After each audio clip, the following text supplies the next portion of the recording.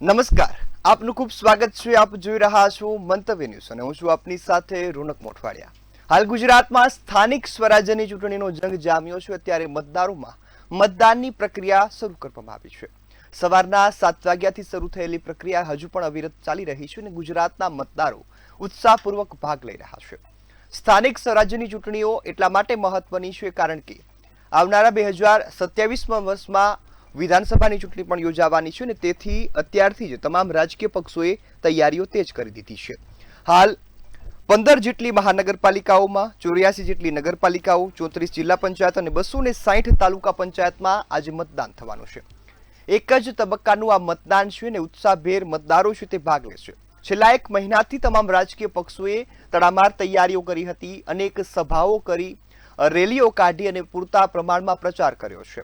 હવે આશા એવી જ રાખી રહ્યા છે કે જીત અમારી થશે, પરંતુ આ વખતે શું પરિણામ બદલાશે, પરિવર્તન આવશે અથવા તો આ વખતે શું થવાનું છે સૌ કોઈ નજર રાખીને બેઠા છે.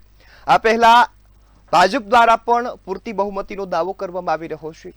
કોંગ્રેસ એવું કહી રહી છે કે આ વખતે જનતા અમને મોકો આપશે અને ત્રીજી પાર્ટી આપ કહી રહી છે કે અમે ત્રીજી પાર્ટી તરીકે જગ્યા બનાવીએ છીએ.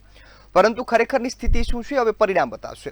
આ મુદ્દે ચર્ચા કરવી છે. મારી સાથે ગેસ્ટ પેનલમાં જોડાયા છે વિરમભાઈ દેસાઈ, કોંગ્રેસના નેતા છે, આ સાથે કલ્પભાઈ પટેલ, ભાજપના નેતા છે અને મુકેશભાઈ ઓઝા જેવો વિશ્લેષક છે. આપ સૌ મહાનુભાવોનું મંતવ્ય ન્યૂઝ પર સ્વાગત છે.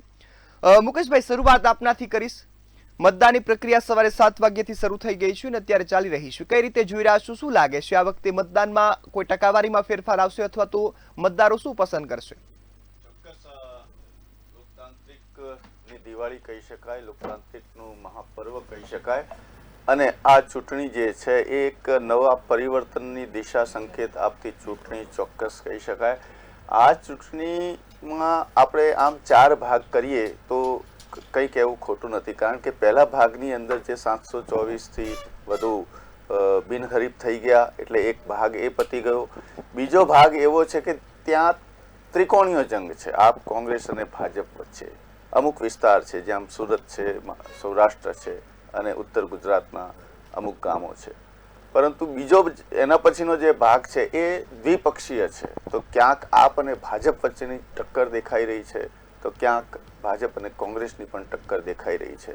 અને એક ભાગ એવો છે કે જ્યાં ભારતીય જનતા પાર્ટીની સામે કોઈ પક્ષ નથી, ત્યાં એકદમ નિર્જીવ અવસ્થાની અંદર વિપક્ષ બેઠો હોય એવું દેખાઈ રહ્યું છે. પરંતુ આ પર્વ, આ ચૂંટણી જે મહત્વની છે એ બતાવે છે કે સ્થાનિક પ્રશ્નો, આપણા ઘરની અંદર જે આપણને ખૂંચવતા હોય એવા પ્રશ્નો માટે મતદાન કરવાનું હોય છે. અને જ્યારે મત આપતા હોઈએ છે ને ત્યારે આજનો નાગરિક યહાં તો હર પરિંદા ઘાયલ હૈ. કોઈ નાગરિક એવો નહીં મળે કે જે એમ કહી શકે કે નહીં હું બહુ સુખી છું, મારે અહીંયા બધી વ્યવસ્થા છે. કારણ કે જ્યારે 75 વર્ષ પછી પણ જો નળ, ગટર અને પાણીના પ્રશ્ને વોટ માંગવા પડતા હોય તો તમે આને કયો વિકાસ કહો છો? એટલે આ વિકાસની મૂળ વાતની અંદર ચોક્કસ પબ્લિક વધી રહી છે, વસ્તી વધી રહી છે, શહેરીકરણ વધી રહ્યું છે, ગ્રામમાં રોજગારીના, બેરોજગારીના જે પ્રશ્નો વધી રહ્યા છે અને જે નવી જનરેશન આવી રહી છે રાજનીતિને ઓળખવા માંડી છે, રાજનીતિને જાણે છે, એ એંગલ થકી. અને બીજું કે રાજનેતાઓ પ્રચાર કર્યો કે ના કર્યો, પરંતુ સોશિયલ મીડિયાએ આનો ઘણો પ્રચાર કર્યો છે અને લોકોના બેડરૂમ સુધી પણ આ રાજકીય નેતાઓની વાત પહોંચી છે. એટલે કહેવાનો મતલબ એ છે. અને બીજું કે આ ચૂંટણીની અંદર આપણે અગાઉ પણ જોયું કે બંગાળમાં 93% જેટલું મતદાન કર્યું હોય એ ઐતિહાસિક રેકોર્ડ બનતું હોય છે. ત્યારે સ્થાનિક સ્વરાજની ચૂંટણીમાં આ ચૂંટણીની અંદર 15% વધુ મતદાન એટલા માટે થશે કારણ કે SIRની પ્રોસેસમાં ઘણું બધું શુદ્ધિકરણ થયું છે.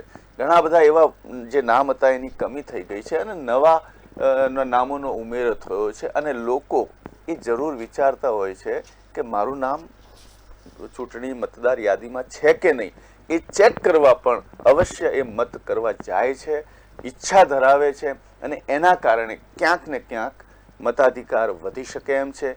અને બીજું કે અસંતોષની રાજનીતિ છે, જે પક્ષમાં ઉમેદવારો ને જેને ટિકિટ નથી મળી એ પણ ક્યાંક બીજી દિશા જોઈને કામ કરી રહ્યા છે, એમનું મોઢું ફેરવાયેલું છે.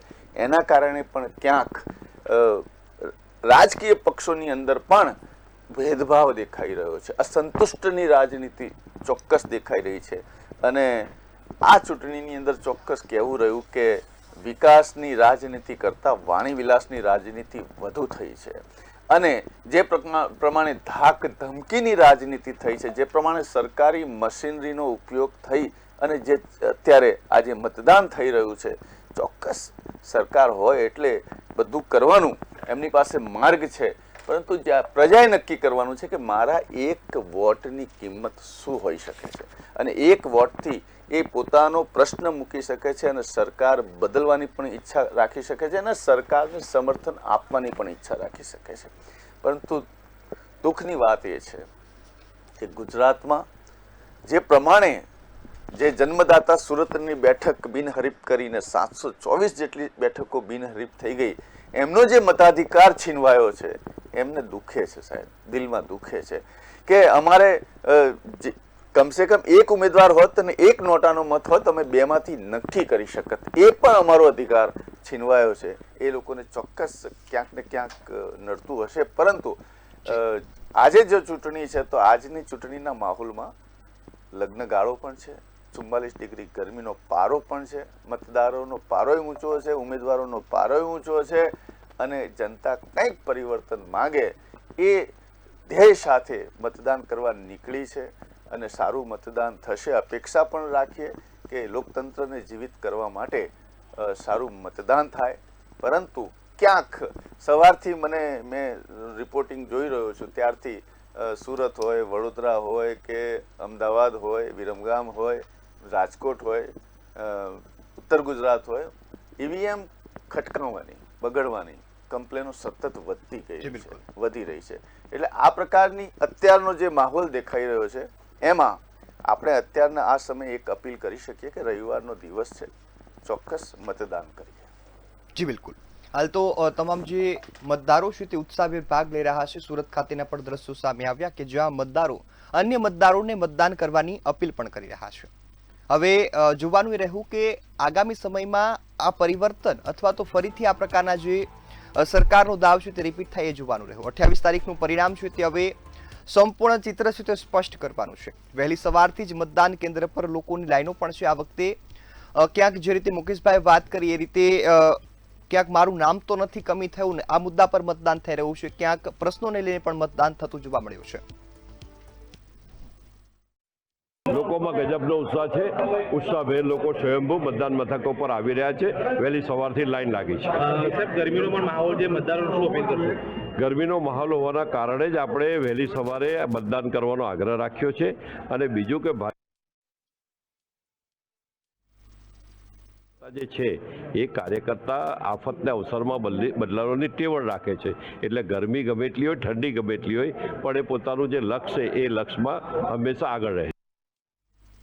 તો આ તરફ અંજારમાં પણ મતદારો ઉત્સાહભેર મતદાન કરી રહ્યા છે. મોટી સંખ્યામાં લોકોની લાઈનો છે તે ચૂંટણી મથક પર જોવા મળી રહી છે. અંજાર ખાતે સ્થાનિક સ્વરાજ્યની ચૂંટણીને લઈ લોકોએ મતદાન પ્રક્રિયા શરૂ કરી દીધી છે. વહેલી સવારથી જ ધીમી ગતિએ મતદાનની પ્રક્રિયા છે તે શરૂ થઈ ગઈ છે. અંજારમાં શાળા નંબર 17માં ચુસ્ત પોલીસ બંદોબસ્ત પણ જોવા મળી રહ્યો છે. લોકો ધીરે ધીરે મતદાન કરવા પણ પહોંચી રહ્યા છે. હાલ મતદારોની ગતિ ધીમી છે. ક્યારેક જ મતદાનો છે તે મતદાન મથક પર પહોંચી રહ્યા છે, જેના કારણે ક્યાંક ઉત્સાહ તો ક્યાંક ખુશી કહી ગમનો માહોલ છે તે પણ જોવા મળી રહ્યો છે.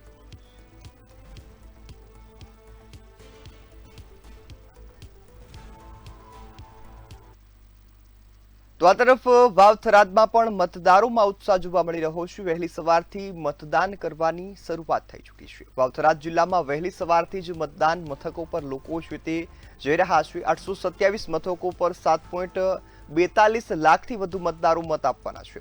જિલ્લાની 8 તાલુકા પંચાયત અને 2 નગરપાલિકા માટેનું આ મતદાન છે જે સવારે 7 વાગ્યાથી શરૂ થઈ ચૂક્યું છે. નવરચિત 30 જેટલા જિલ્લા પંચાયતની બેઠકો છે તેના પર મતદાન થશે. લોકોને આ વખતે કંઈક નવું કરવા મળી રહ્યું છે, કારણ કે ક્યાંક મહાનગરપાલિકાનું નિર્માણ થયું છે તો જિલ્લા પંચાયત પણ વધી છે. તેને લઈ વાવ-થરાદમાં હાલ લોકો છે તે મતદાન મથક પર વહેલી સવારથી ઉમટી પડ્યા છે અને મતદાનની પ્રક્રિયામાં પોતાના મતાધિકારનો ઉપયોગ કરી રહ્યા છે.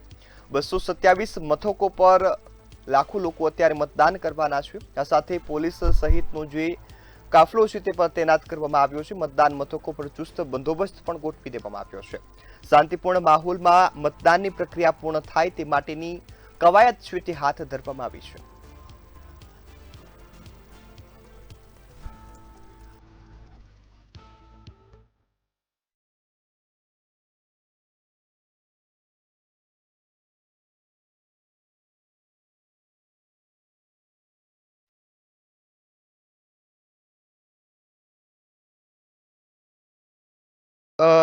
કલ્પભાઈ, ખાસ તો જે રીતે મુકેશભાઈ વાત કરી કે ક્યાંક એસઆઈઆરની પ્રક્રિયા બાદ આ વખતે પહેલું મતદાન છે, આ સાથે મહાનગરપાલિકાઓ નવી બની પછી પહેલું મતદાન છે. લોકોમાં આ વખતે આશા વધી ગઈ છે. આશાઓની પૂર્તિ માટે અત્યાર સુધીનું કેવું કામ હતું ને હવે આગામી સમયમાં જે મતદાન થશે શું નિર્ણય આવે છે જનતાનો, આપને શું લાગે છે? ભારતીય જનતા પાર્ટીએ પરફોર્મન્સ ઓફ પોલિટિક્સ કર્યું અને અમારી ગુડ ગવર્નન્સની રાજનીતિને કારણે અમે જનતાનો વિશ્વાસ જીતવામાં સફળ થયા છે. ત્યાં સુધી વાત વિકાસની છે તો આ રાજ્યની જનતા જાણે છે કે ગુજરાતમાં પહેલા કોંગ્રેસના શાસનના એક સમય એવો હતો કે લાગુ કરવાના સમય પણ વીજળી નહોતી. આજે 24/7 ઇલેક્ટ્રિસિટી, આજે ખેડૂતોને ખેતી માટે પણ વીજળી આપવાની શરૂઆત પણ થઈ ચૂકી છે. ત્યાં સુધી વિકાસની વાત છે તો શહેરી વિકાસ હોય કે ગ્રામીણ વિકાસ હોય, ગુજરાતે વિકાસના અનેક આયામો સર કર્યા છે અને અનેક માપદંડોમાં સમગ્ર દેશમાં ગુજરાત આજે વિકાસની બાબતમાં અગ્રેસર થયું છે. હવે હું એમ કહેવા માંગુ છું કે હમણાં વિરમભાઈ વાત કરતા હતા, એમણે અનેક વાતો કરી, તો મારે એના પર ટિપ્પણી કરતા કહેવું છે કે હમણાં સરદાર વલ્લભભાઈ પટેલ સાહેબની વાત કરતા હતા અને સહાનુભૂતિ મેળવવાનો એક દુર્ભાગ્યપૂર્ણ પ્રયાસ કરતા હતા. આપણે સૌ જાણીએ છીએ કે સરદાર સાહેબનું નિધન વર્ષ 1950માં થયું હતું. એમને ભારત રત્ન ક્યારે મળ્યું હતું? 1991માં. આ કોંગ્રેસના જે પ્રધાનમંત્રીઓ પોતે જ્યારે પ્રધાનમંત્રી હોય ત્યારે પોતાની જાતે ભારત રત્ન આપતા હતા, શું ત્યારે તેમને સરદાર પટેલની યાદ નહોતી આવી? વિરમભાઈ સરદાર સાહેબની વાત કરે છે. સ્ટેચ્યુ ઓફ યુનિટી, વિશ્વની સૌથી મોટી પ્રતિમા. મારો જવાબ પૂર્ણ કરવા દો, એમને ઘણા આક્ષેપો કારણ કે આપણે સ્થાનિક મુદ્દા લેવાના છે. ટૂંકમાં પૂર્ણ કરીશ. સ્ટેચ્યુ ઓફ યુનિટી, વિશ્વની સૌથી ઊંચી મોટી પ્રતિમા. કોંગ્રેસના કયા રાષ્ટ્રીય સ્તરના નેતા આજે સ્ટેચ્યુ ઓફ યુનિટીમાં સરદાર સાહેબને નતમસ્તક થવા માટે આવ્યા છે? કોઈ નથી આવ્યું. એટલે ફક્ત અને ફક્ત સરદાર સાહેબનું નામ લેવાથી સરદાર સાહેબ ના તમે પ્રેમી છો એ સાબિત નથી થતું. તમારું આચરણ કેવું છે એ તમને બનાવે છે. જ્યાં સુધી ગુજરાતના વિકાસની વાત છે, કોંગ્રેસે હંમેશા ગુજરાતના વિકાસને નકાર્યો છે, ગુજરાતની પ્રગતિ સ્વીકારી નથી. કોંગ્રેસના વિકાસને ભાજપના શાસનમાં ગુજરાતના વિકાસને સ્વીકાર્યો નથી ને એટલે જ કોંગ્રેસની આજે સ્થિતિ આવીને ઊભી છે. મારે સ્પષ્ટપણે કહેવું છે, કોંગ્રેસે રિવરફ્રન્ટનો વિરોધ કર્યો, કોંગ્રેસે સ્ટેચ્યુ ઓફ યુનિટીનો વિરોધ કર્યો, કોંગ્રેસે સરદાર સરોવર ડેમનો વિરોધ કર્યો. ગુજરાત માટે જે પણ યોજના મહત્વપૂર્ણ હોય તેનો વિરોધ કરવો એ કોંગ્રેસની આદત બની ગઈ છે. અને આ વાત ગુજરાતની જનતા સમજી ચૂકી છે કે કોંગ્રેસ માત્ર નકારાત્મકતાની રાજનીતિ કરે છે, જ્યારે ભારતીય જનતા પાર્ટી વિકાસ અને સુશાસનની રાજનીતિ કરે છે. જી બિલકુલ. વિરમભાઈ, આવું આ પહેલા ખાસ સમાચારોની પણ વાત કરીએ તો અત્યારે અમદાવાદ ખાતે પણ મતદારોમાં ઉત્સાહ જોવા મળી રહ્યો છે. વાવથરાદના જે દ્રશ્યો જોયા કે ત્યાં આ વખતે લોકોને ખાસ જે મહાનગરપાલિકાઓ નવી મળી છે એના કારણે ક્યાંક ઉત્સાહ છે. તો અમદાવાદમાં પણ આજે લોકશાહીનો જે મહાપર્વ છે તેની ઉજવણી થઈ રહી છે. વહેલી સવારથી લોકો મતદાન માટે પહોંચી રહ્યા છે. શિલજ પ્રાથમિક શાળામાં મતદારો મતદાન કરી રહ્યા છે, જેના દ્રશ્યો તમે ટીવી સ્ક્રીન પર જોઈ શકો છો.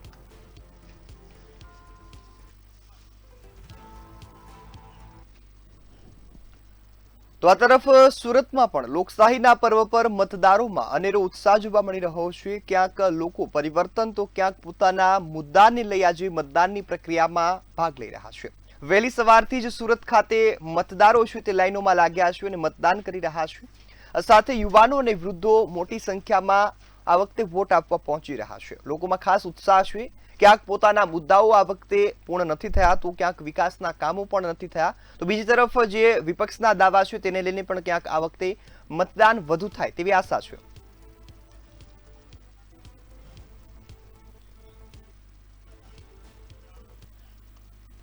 તો આ તરફ સરદારનગર સ્કૂલ ખાતે પણ જે મતદાનની પ્રક્રિયા છે તે અમદાવાદ ખાતે શરૂ કરવામાં આવી છે. વહેલી સવારે 7 વાગ્યાથી મતદાન છે તે શરૂ થયું હતું, જેમાં મોટી સંખ્યામાં લોકો છે તે મતદાન કરવા પહોંચી રહ્યા છે.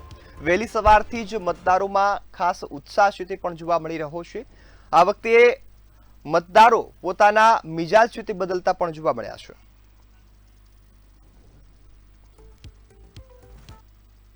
વાત સૌરાષ્ટ્રની હોય તો હાલ રાજકોટમાં પણ મતદાનની પ્રક્રિયા છે તે શરૂ કરવામાં આવી છે. રાજકોટમાં સ્થાનિક સ્વરાજ્યની ચૂંટણીને લઈ મતદાન પ્રક્રિયા અત્યારે શરૂ છે અને લોકો મતદાન કરી રહ્યા છે. આ વચ્ચે કેબિનેટ મંત્રી કુંવરજી બાવળિયાએ પણ પરિવાર સાથે મતદાન કર્યું છે.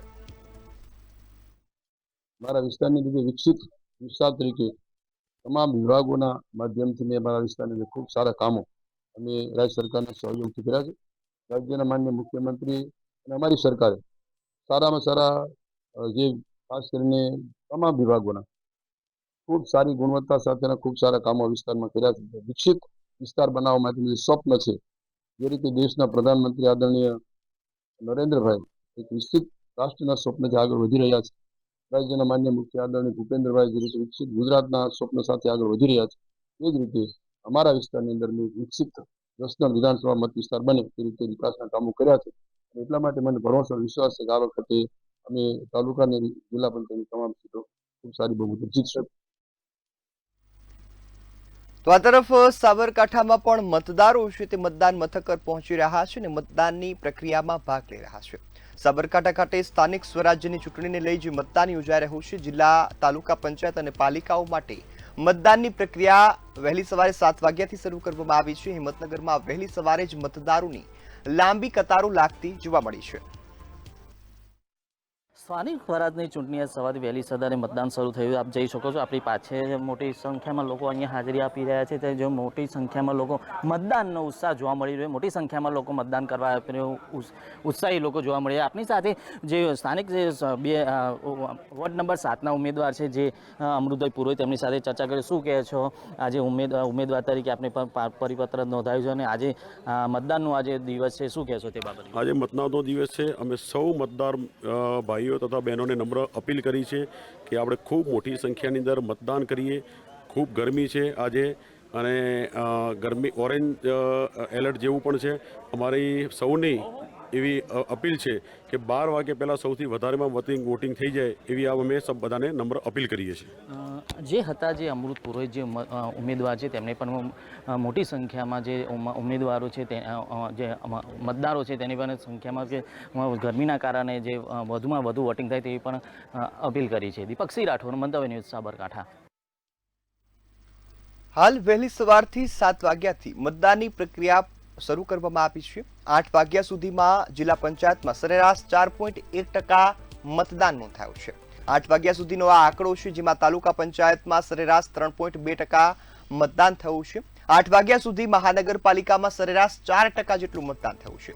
હજુ મતદાનની ગતિ ખૂબ જ ધીમી છે. 8 વાગ્યા સુધીમાં નગરપાલિકાની વાત કરીએ તો સરેરાશ 5% જેટલું મતદાન નોંધાયું છે. જિલ્લા પંચાયતમાં આંકડો 4%નો છે.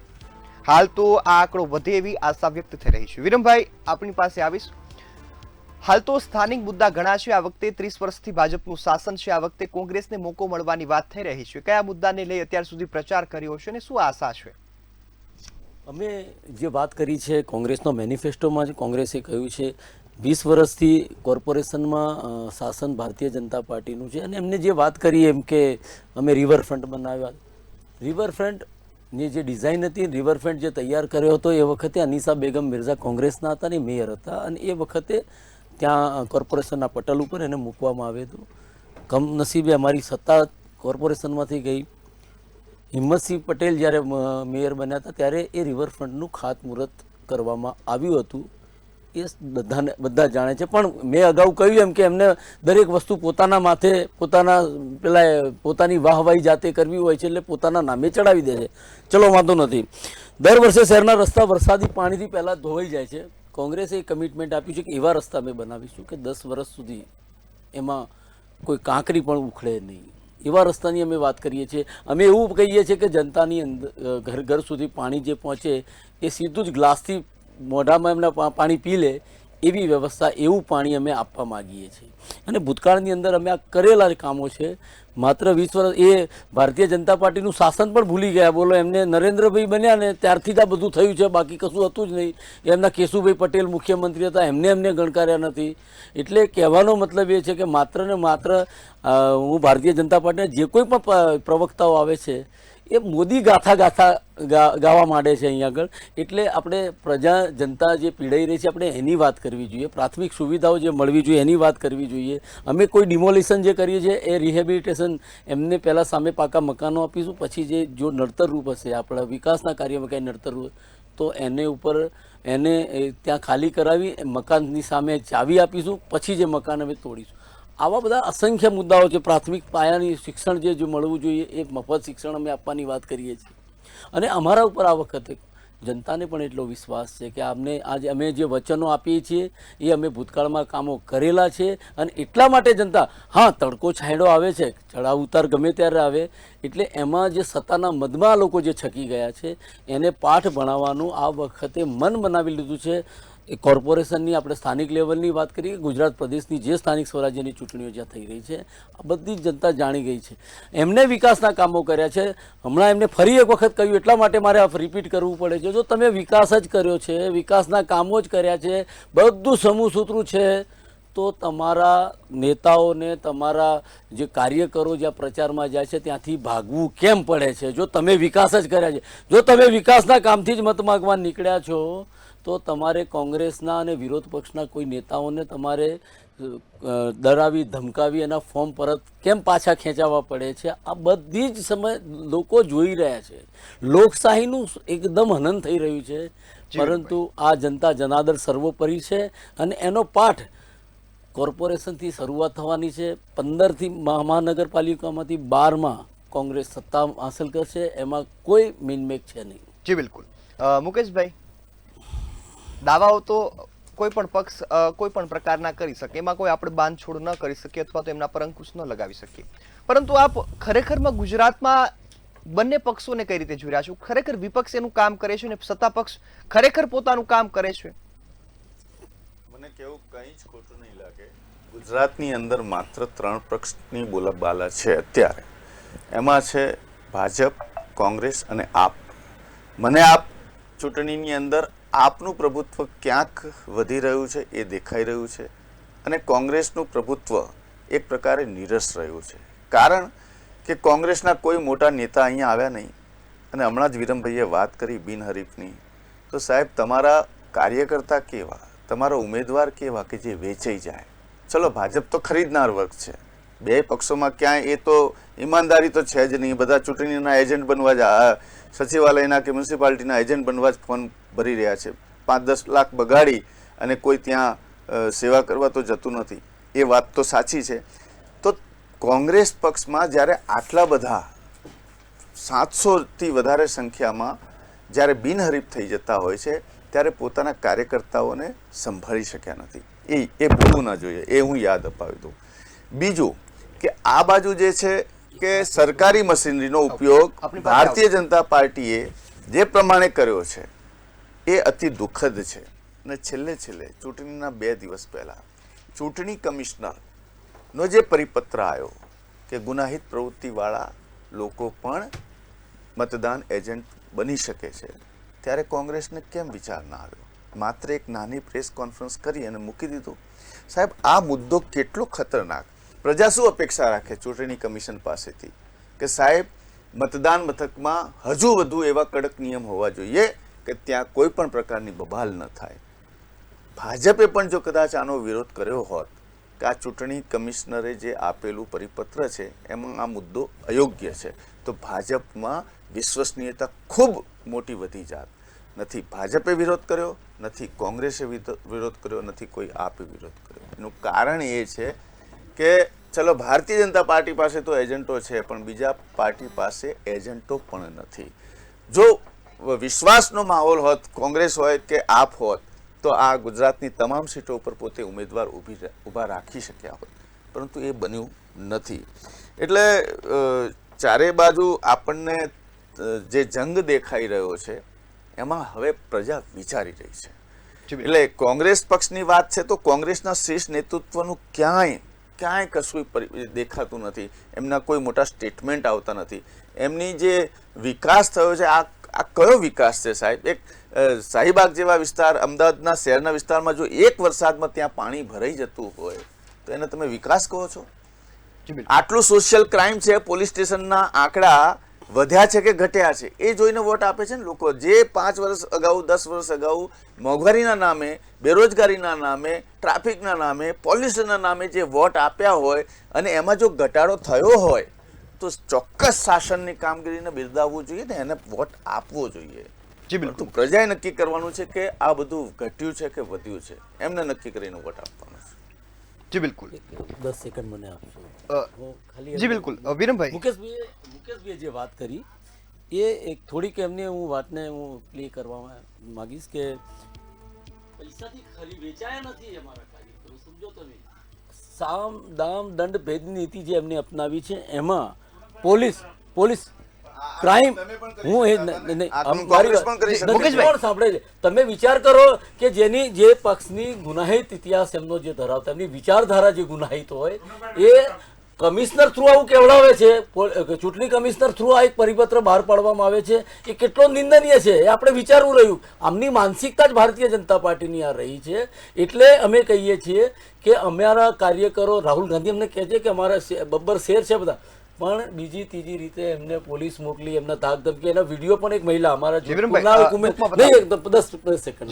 અમારા જોધપુરના એક મહિલા ઉમેદવાર હતા, એમને કઈ રીતે ધમકી આપવામાં આવી. ત્યાંના સ્થાનિક ધારાસભ્યએ ત્યાં જઈ 4-5 માણસોને ઉપર મોકલ્યા હતા, એમને ધાક ધમકી આપવામાં આવી. પોલીસ જઈને એમને ધાક ધમકી આપે છે કે ફોર્મ પરત ખેંચી લો.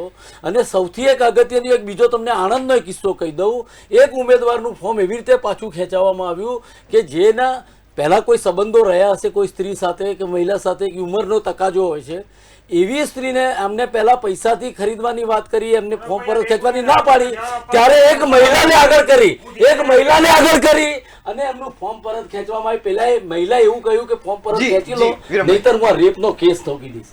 એટલે આવી બધી જે સમસ્યાઓ છે આ દેશની જનતા બધું આ જોઈ રહી છે. અને એનો શ્રેષ્ઠ ઉદાહરણ છે. તમે વિચારો કે ત્યાંથી તમારા તમને ગુનાહિત પ્રવૃત્તિઓ જી બિલકુલ. વિરમભાઈ આવો આપણી પાસે.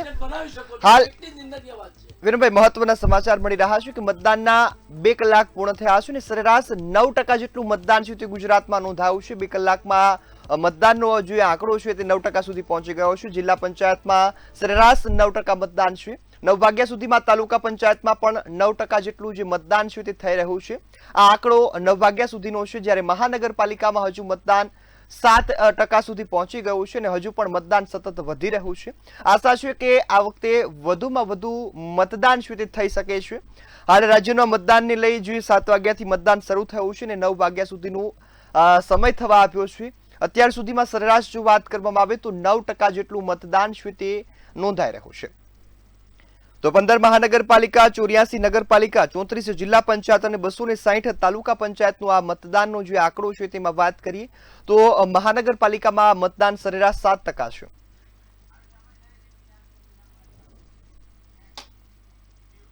તો હાલ સમય થયો છે કે નાનકડા વિરામનું. ફરીથી મળીશું.